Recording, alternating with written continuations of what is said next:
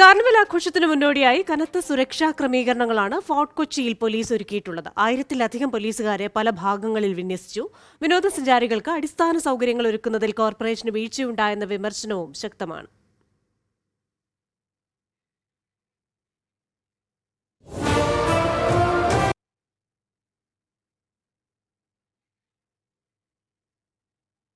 പാപ്പാഞ്ഞിയെ അഗ്നിക്കിരയാക്കുന്ന parade ഗ്രൗണ്ടാണ് ആളുകൾ ഒത്തുകൂടുന്ന പ്രധാന ഇടം. ഇവിടെ പ്രവേശനം നിയന്ത്രിതമായിരിക്കും. പല ബ്ലോക്കായി തിരിച്ചാണ് ആളുകളെ കയറ്റുക. അകത്തേക്ക് കടക്കാനും പുറത്തേക്ക് പോകാനും ഒന്നിൽ കൂടുതൽ എൻട്രി ഗേറ്റുകൾ ഒരുക്കിയിട്ടുണ്ട്. രാത്രി 12 മണിക്ക് പാപ്പാഞ്ഞിക്ക് തീ കൊളുത്തിയാലും ആഘോഷം പെട്ടെന്ന് അവസാനിപ്പിക്കില്ല.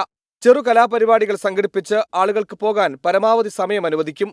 ആംബുലൻസിനും ഫയർഫോഴ്സ് വാഹനത്തിനും സുഗമമായി സഞ്ചരിക്കാൻ പരേഡ് ഗ്രൗണ്ടിന് മുന്നിലെ താൽക്കാലിക കടകളെല്ലാം പോലീസ് ഒഴിപ്പിച്ചു. നമ്മുടെ നാട്ടിൽ ഈ ഫോർട്ട് കൊച്ചിയിൽ വരുന്ന ജനങ്ങൾക്ക് അവരുടെ എൻജോയ്മെന്റിന് പോലീസ് ഒരിക്കലും തടസ്സം വയ്ക്കില്ല. പക്ഷേ ആ എൻജോയ്മെന്റിനേക്കാൾ ഇമ്പോർട്ടൻസ് എന്ന് പറയുന്നത് അവരുടെ ലൈഫിനായിരിക്കും. അപ്പോൾ കൂടുതൽ ഇപ്പോൾ നിങ്ങൾക്കറിയാമല്ലോ, വിദേശ രാജ്യങ്ങളിൽ നിന്നുള്ള സ്ത്രീകളടക്കമുള്ള ആൾക്കാരുണ്ട്. നമ്മുടെ നാട്ടിലെ സ്ത്രീകൾ, ചെറിയ കുട്ടികൾ, പ്രായമുള്ള ആൾക്കാരൊക്കെ ഉണ്ട്. അപ്പോൾ അവർക്ക് ഇവിടെ എങ്ങനെ കംഫർട്ടായിട്ട് നിൽക്കാം, അത് നമ്മൾ നോക്കാം. അവിടെ സുരക്ഷയ്ക്കാണ് നമ്മൾ പ്രാധാന്യം കൊടുക്കുന്നത്. 4 മണിവരെ മാത്രമേ വാഹനങ്ങൾക്ക് ഫോർട്ട് കൊച്ചിയിലേക്ക് പ്രവേശനമുള്ളൂ. അതുകഴിഞ്ഞാൽ പോലീസ് തയ്യാറാക്കിയിട്ടുള്ള പാർക്കിംഗ് കേന്ദ്രങ്ങളിൽ വാഹനങ്ങൾ നിർത്തണം. കൊച്ചിൻ കോളേജ് ഗ്രൗണ്ടിൽ താൽക്കാലിക ബസ് സ്റ്റാൻഡ് സജ്ജീകരിച്ചിട്ടുണ്ട്. KSRTC സ്വകാര്യ ബസ്സുകൾ ഫോർട്ട് കൊച്ചിയിലേക്ക് ഇടതടവില്ലാതെ സർവീസ് നടത്തും.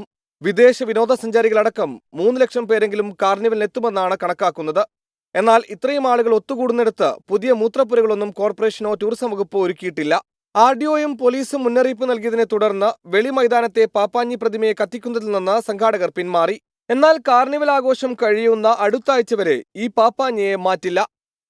അപകടരഹിത ലഹരിമുക്ത പുതുവത്സരാഘോഷമാണ് ലക്ഷ്യം. അതുകൊണ്ട് തന്നെ നിയന്ത്രണങ്ങൾ ഉണ്ടാകുമെങ്കിലും അത് വിനോദസഞ്ചാരികളുടെ മേൽ അടിച്ചേൽപ്പിക്കില്ലെന്നാണ് പോലീസ് പറയുന്നത്. ഫോർട്ട് കൊച്ചിയിൽ നിന്നും അജീഷ് ജയകുമാർ, 24.